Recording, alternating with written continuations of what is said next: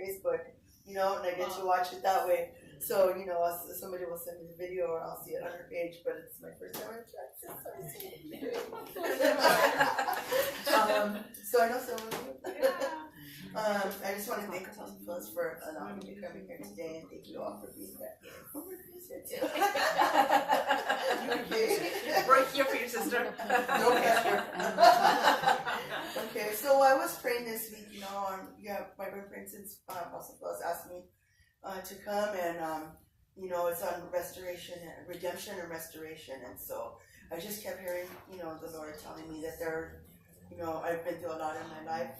The Lord has gracefully brought me through so much in my life. I mean, just brought me out of the gutter, and He said that there's people that need to hear that, so they can help them for their families. So that's what I'm gonna share on today. And so let me just open in prayer. And Father, we just thank you, Lord, Father, for this day, Lord. Father, I thank you, Lord, for all that you've done in my life, Father. Lord, and I know there are people here, Father, your sons and daughters, Lord, that you brought them out of deep and dark things, Father God. And we just praise you, Lord, that we don't walk in the dark anymore, Father, that we walk in light, Lord. I thank you, Lord, that the light not only shines in us, but it shines through us out, Lord, so we can be lights, Father God, out in the dark world, Father God, Lord, that we can draw people to you, Father. Lord, we just bless you and we praise you, Lord. I thank you, Father, that you would just give me what to say today, Father God, Lord. Just take over, Holy Spirit. Let it be none of me and all of you, Lord. In Jesus' name we pray. Amen. Amen. So I'm going to be reading out of Luke 4, and we're going to start on Luke 4:16. And then the main verses are going to be 18 and 19. So it says, so he came to Nazareth, talking about Jesus, right? So he came to Nazareth, where he had been brought up. Okay. Where he had been brought up, and as his custom was, he went into the synagogue on the Sabbath day and stood up to read. And he was handed the book of the prophet Isaiah. And when he had opened the book, he found the place where it was written, "The Spirit of the Lord is upon me, because he has anointed me to preach the gospel to the poor. He has sent me to heal the brokenhearted, to proclaim liberty to the captives, and recovery of sight to the blind, to set at liberty those who are oppressed, to proclaim the acceptable year of the Lord." And then he closed the book, and he gave it back to the attendant and sat down. So, that's all I got to say, right? Okay, so, all right, so when I surrendered my life, I didn't do it to get into ministry. I wasn't even looking to go to church. I really didn't believe in church. I was one of those people, like, I have my own relationship with God, those people that don't go to church. and so I didn't come to help anyone, to help serve in the church. And when I gave my life to Jesus, it was because I was literally surrendered. I was waving the white flag. I was really broken. My life was a mess. I was a mess. My kids were a mess. I had made a mess, and I didn't know how to fix it. So I was desperate, and even though the last thing I wanted to do was to ask God for help, and you'll find out more later, but the last thing I wanted to do was come to God and ask him for help. But it was my only option. It was the only thing I could think of to do. I was at the end of myself, and I had nothing left to try with. I was completely empty. So, I grew up in a very dysfunctional family, and probably, I don't know, some of you have as well.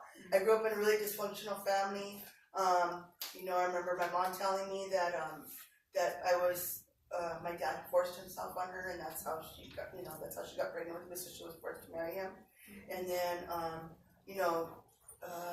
he was very physically abusive to her. After she divorced him, she met another man when I was small, and he was also very physically abusive. Not only with my mom, but I had a little brother, and I was sexually abused by this man for many years. And I just remember being a little girl, and besides what happened to me, I was always in terror for my mom, because this man was a really big man. He had been a Marine. and he had tattoos all over him, and not there's anything wrong with tattoos, but he had just been, he's really frightened me. You know what I mean? I would come home sometimes, and my mom would be full of blood, or it would be raining outside, and he would lock her outside the house, and we couldn't open the door for her. She would be sitting on the porch, like just in a little slip or something, and crying, and just like, you guys close the door. I don't want you guys, I don't want him to get mad at you guys. So that was the way that we grew up, and I remember hiding out from him at family members' houses and stuff like that. And so that was, but then, there was the times where we would go on family vacations, and then there was the times when we would, be at the park or at the beach, and they would be so in love, and so, when you're a kid, you're like kind of confused, and you're thinking like, okay, then this is, I guess, the way love is, right? Sometimes it's good, and sometimes it's not good.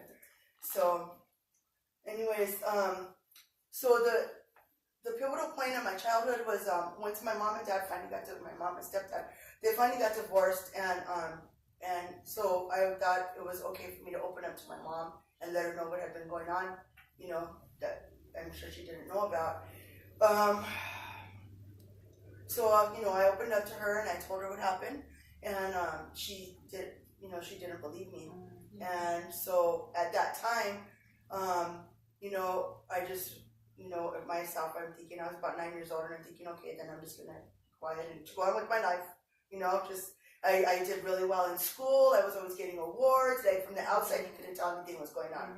I was just, like a happy, vivacious child. I was always laughing and singing and dancing, and I was a happy child. There's no way that you would be able to tell anything was going on. So anyway, so I just decided to pretend it never happened. So while it seemed like a good idea in theory, it didn't end up working out very well. I began drinking and using drugs when I was about 9 or 10 years old. And by the time I was in junior high school, I was a blackout drinker. I remember I used to take my thermos. My mom always had liquor in the house, so I would take my thermos to school with vodka and stuff like that in it, And this was like in the 70s, so wow. At the time, I know.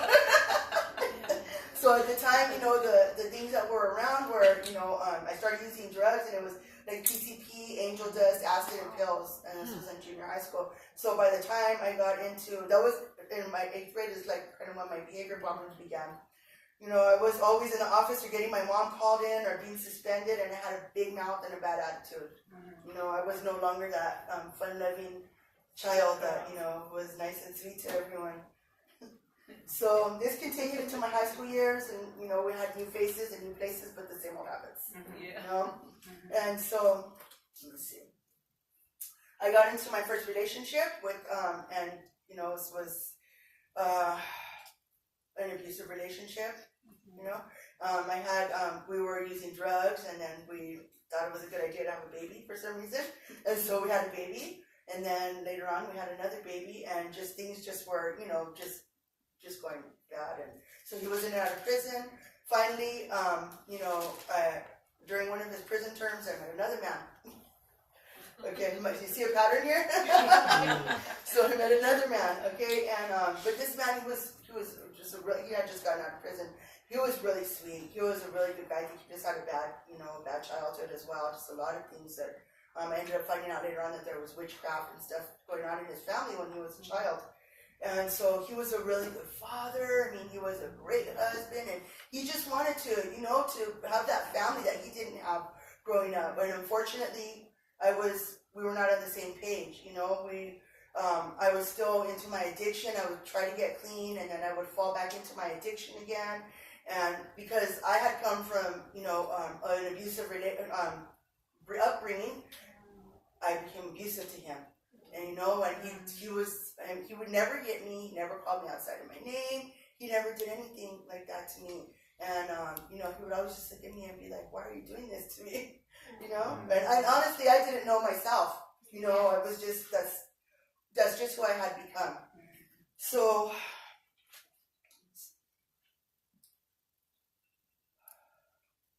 okay. So anyways, sorry about that. So I ended up marrying this man, and we had some really good years together. And we took a lot of family vacations. He was a really hard worker, and he was the best father I could ask for my kids. But because I was so abusive, so used to abusive relationships, I didn't know how to treat him right. I would go through stages of being violent and hitting him, throwing things at him and putting him down and shaming him and making fun of him. Still in and out of using and drinking, even though I knew that wasn't the life that he wanted for me or our family. And all the while, he never raised his voice to me or lifted a hand to me. So it wasn't that I didn't love him, though. It was just that I didn't know how to love him. You know? Proverbs 14:1 says that a wise woman builds her house, but a foolish woman with her own hands tears it down. And the foolish means irresponsible, unwise, unintelligent, unreasonable, rash, and reckless. And that's the kind of woman I was. So one night after an argument, I asked him to leave, and he said that, he was going to go sleep at his mom's house. But that was the last time I saw him alive. The detectives came the next day, and they told me that he had been murdered a few blocks away from our house. And my whole world crumbled that time. Sorry. So that began my downward spiral, and I got just really deep into using drugs. I was using men, using women, it didn't matter. Whatever would try to fill me up, I was just trying to get away from it. For the next few years, I was in and out of jail and motels and people's beds, and, I had no self-respect. I didn't respect anyone else, After my husband was killed, I forgot all about my kids. I blamed God for everything. I was like, how could you take my kid's father? I wasn't, really that I was hurt for myself, although I guess, looking back I was, but I was mad at God for taking my kid's father away from them. That was, why didn't you take me? He's such a good dad. Why didn't you take me? So, I ended up getting into another relationship with his best friend. And this was another abusive relationship. Just kept going and going.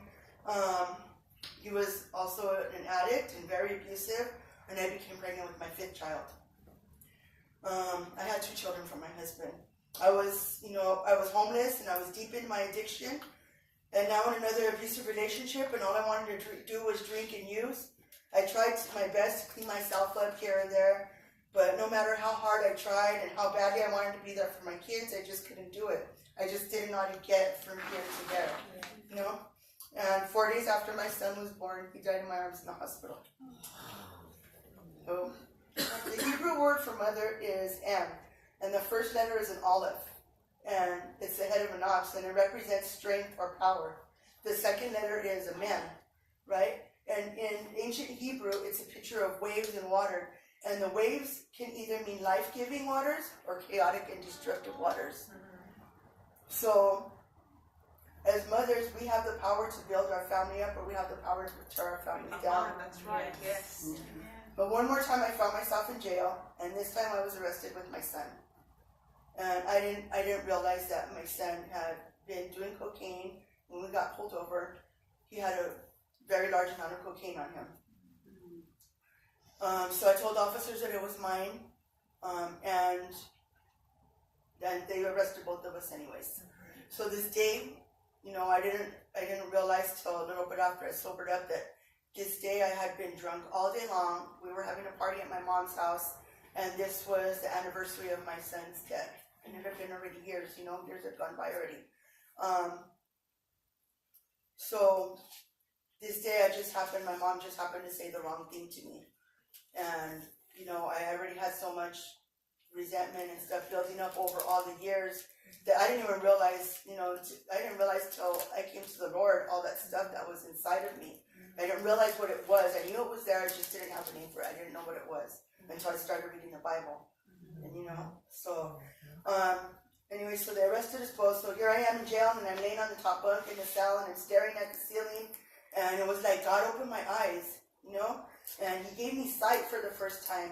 And I was in jail with my son, and I had another child who had just gotten out of juvenile detention, and then I had another child who had a DUI and was on probation, and,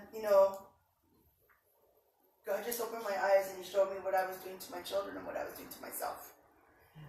So I had trained my children in the way they should go, but it was the wrong way.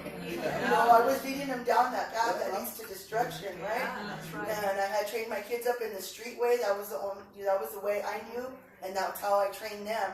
And they were just a bunch of little Adriennes, bad attitudes, big mouths, And I was just like, Lord, what did I do? That's not what I thought, because I didn't call him Lord at that time, but that's what I was thinking, like, God, what have I done to my kids? God is so merciful, so merciful. So I thank God for putting two people in my life when I was a child. One of them was my grandmother, and I remember when I would spend the night on the weekend. Every night, before we would go to bed, she would put on one of her nightgowns on me, and we would kneel down by the side of the bed, and we would always say Our Father, right? And then she would smoke a cigarette.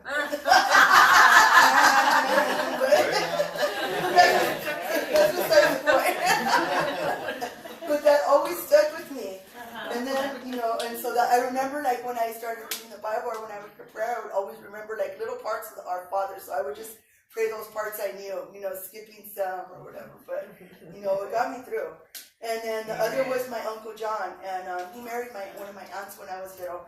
And he was a pastor at an Assemblies of God church. And I remember for a while when they were together that we used to go to house churches, and we would have, I remember his mom and his sister, they were both on the same street. All the adults would go in one house and all the kids would go in the other house.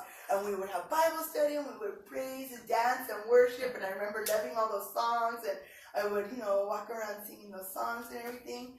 And so the seeds were planted, when I was little. And I didn't remember any of this stuff until I got sober. I did.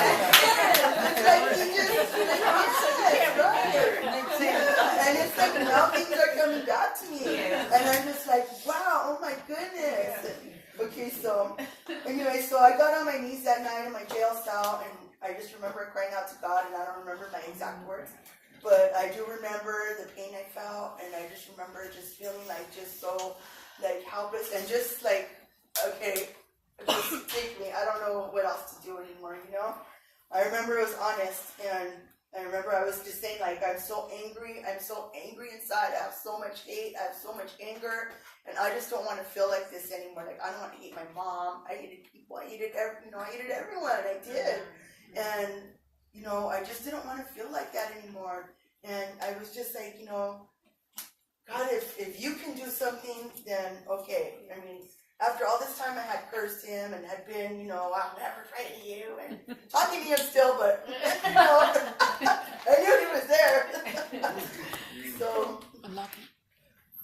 So a few years later, I got sober, and I got a house and a car, and I was in college, and, I was thinking that I was doing things all on my own. And I was thinking that I was doing all things, a bunch, everything on my own. And, I'm sorry, I think I messed up my pages. You bring it to your... Yeah, I think I messed up my pages. Sorry about that. So this is before I give my life to the Lord. But anyways, I had gone back to college, and I, all these things. I got into my very last relationship I was in. It was another abusive relationship. Through that relationship, I started using IV drugs, and I got addicted to heroin and meth, and I lost my home, I lost my car, my kids. I was dragging my kids with me around to motels. At the end of my addiction, I was staying in the riverbed or in doorways at buildings, because I had no car anymore. My kids were living with my daughter, and I hardly saw them. I had a brand new grandbaby who I hardly saw, and and more than anything before that, I had always said I wanted a grandbaby. I know they're so precious. And here I was, I couldn't even be a grandmother to him. I remember, like, I would watch him, and I just couldn't wait till he would go home. It sounds harsh, but I couldn't wait till he would go home so I could drink and use. Because I didn't want to do it while he was there. And then at the end, even that failed, because I would started using while he was there, and I just started thinking, like, I can't do this, I can't bring him into this stuff. After that was when I got arrested with my son, okay? So, the definition of redemption is the act of regaining or gaining possession of something in exchange for payment or clearing a debt. It means to recover something, to reclaim something, to repossess, and to rescue. And that's what Jesus did. Amen.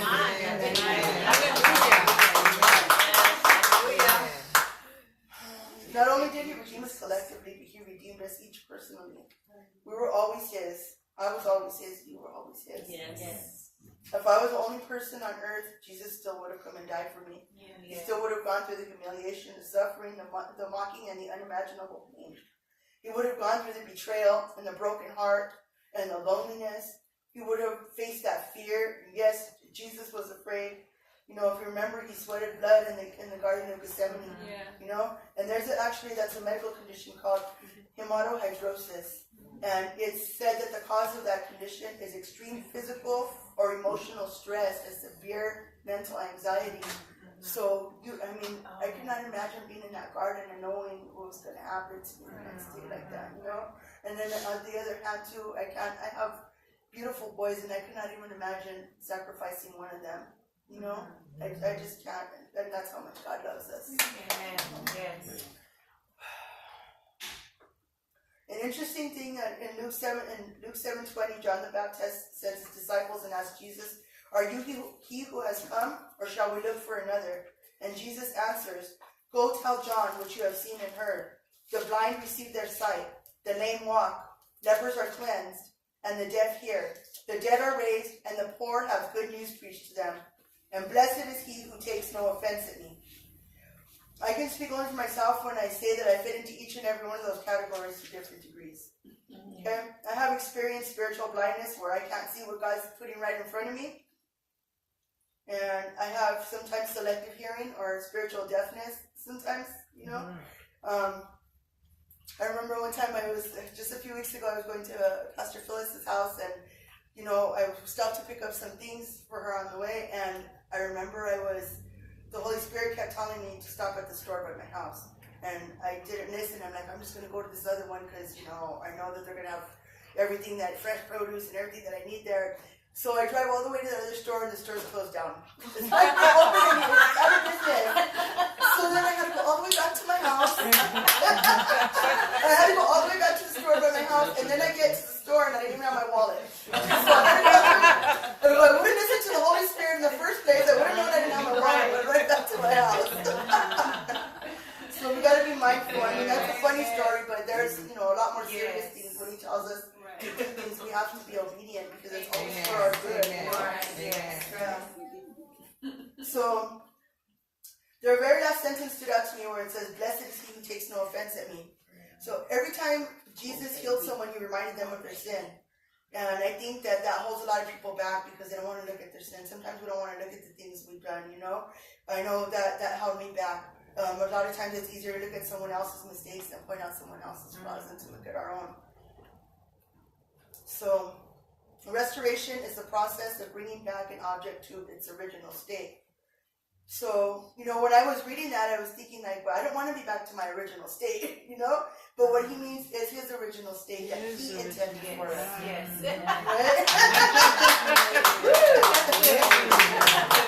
His plan. Yes, praise the Lord. So the life I live today is not my own. I was bought for a price so that I could be a servant of God. And God doesn't take those things lightly. I don't belong to myself. I'm his to do with what he pleases for his good pleasure. I was dead over and over again so many times, and it was his good pleasure to breathe life back into me. Oh, come on, hallelujah. And into you as well. That's right. The word of God says that it was his good pleasure. And that word in the Greek is translated into delight. He delighted in We delight. Yeah. So it says that he came to set at liberty them that are bruised. To set at liberty means to set someone free. And you know what I've come to realize as I got older, that all of the sexual abuse and the physical abuse and the emotional abuse, all those things were a big part of my pain. It was really unforgiveness that was killing me. When my mom didn't react the way I expected her to react, to when I told her. Yeah. I was a child at the time, and I didn't know what I needed. I didn't know that I needed to forgive her. Or I didn't know that it was going to turn into unforgiveness and bitterness and resentment. I didn't know that it was going to grow. Unforgiveness is an open wound. And while I didn't understand it when I was a child that I needed to forgive, You know, all the time I was trying to punish my mom for something that she probably had no idea was going on inside of me. You know? I guess as children we have a tendency to think that our parents' lives began the day we were born. I think sometimes that we don't realize that our parents were once children too, and they lived a whole other life before we came along. You know? They may be survivors of something too. They may have had hard lives that we know nothing about, or maybe just a little something about. And so we grow up not understanding where they're coming from. So you see, I can never understand why my mom didn't leave that man that was hurting us all so badly until I went through it for myself. Me and my mom didn't always have the best relationship. I gave her a really hard time, and she gave me a really hard time sometimes too. But I honestly feel that if we didn't go through all we went through together, we would not have the appreciation that we have for each other today. It was a real process to get to the place that we are right now. And it didn't happen overnight. And just like any relationship, it requires work and maintenance and lots of love and intentionality to keep it fruitful. Forgiveness is just mercy. Right? God gave us mercy. Yes, He did. The definition of mercy is compassion or forgiveness shown towards someone whom it is within one's power to punish or harm. I could have kept on punishing my mom, but I was only harming myself.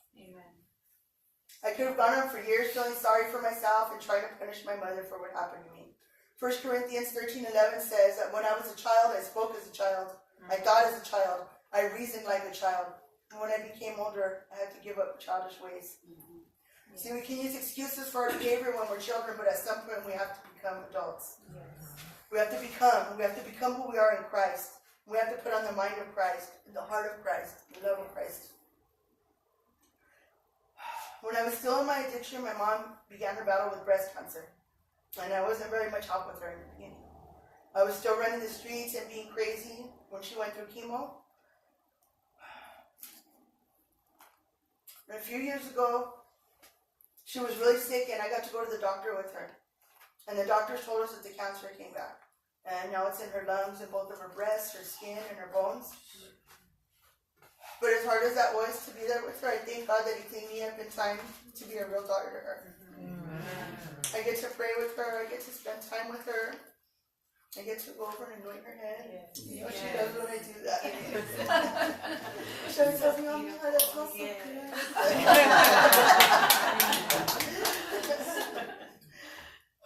good. A few months ago, I was blessed to be able to lead my mom to Jesus.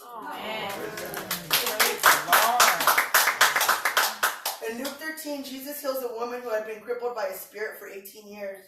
The Bible said that she was bent over and she couldn't straighten up at all. And that woman was me. I don't know if it was anyone else in here. For years I was bent over. I couldn't see anything but the ground and the dirt. I was crippled by a spirit of unforgiveness and bitterness and resentment. I was crippled and I couldn't be the mother my kids deserved, or the sister my brothers and sisters deserved, or even the daughter that my mom deserved. Verse 12 says, when Jesus saw her, He called her forward, and He said to her, woman, you are set free from your infirmity. And He put His hands on her, and immediately she straightened up and praised God. When I got out of jail, I went to live with my daughter, and I had made promises to my kids so many times, so when I told her that I was going to clean up, she just said, okay. And I remember, I still picture her, and I remember asking her, you don't believe me, or what? She's like, Mom, you said this so many times, you know, I'll believe you when I see it. And, you know, that's okay. That's okay. So I remember for like a whole, like maybe 3 or 4 weeks, I was just on the phone all day, you know, trying to get into a rehab, trying to get into some place that would take me, you know, that would help me clean up. And I know now today that God didn't allow that to happen because He wanted to get all the glory. That's right. He wanted me to know that He cleaned me up. It wasn't an AA or an NA, and there's nothing wrong with those places, but it wasn't anywhere. It wasn't a rehab, it wasn't a doctor, it wasn't anywhere. He cleaned me up. Right? He laid His hands on me and I straightened up. Come on. So I can't heal my children and I can't fix the things I've broken them. I can't heal my relationships with my family, but I know and trust that God can. Well, if He asks me, I know and I trust that if I do what I can and what God asks me to do, then He will do what I can. Jesus' whole ministry is based on reconciliation and restoration. It's the reason He came to die for us in sin, to die for us so we could be reconciled and restored to the Father. If it was important for God to send his only son to die, that tells me that that family is really important to him. In all our ways acknowledge him and he will make our path straight. He'll make the crooked places straight and the rough places smooth. God has to come first. You know, sometimes my kids try to, they don't try to. Sometimes, you know, it's a lot being a single mother and a single grandmother. And, you know, it's a lot of responsibility with the kids need to be picked up from school, kids need to go with this, you know, my adult kids need help, and, you know, and it could be a lot, but I can't get distracted from putting God first. That's right. I have to make sure that he's my first in the morning, no matter what else needs to be done. I gotta do that first, or else everything else crumbles. Yeah. You know, Come on. I have a bad attitude, I have, Right. you know, and that's not the kind of witness I want to be to my children. Yes. You know, because what's the difference if I'm sober and I'm acting like this, and I'm a Christian and I'm acting like this, and then I'm still being the same as I was before. You know. Yes, right. So John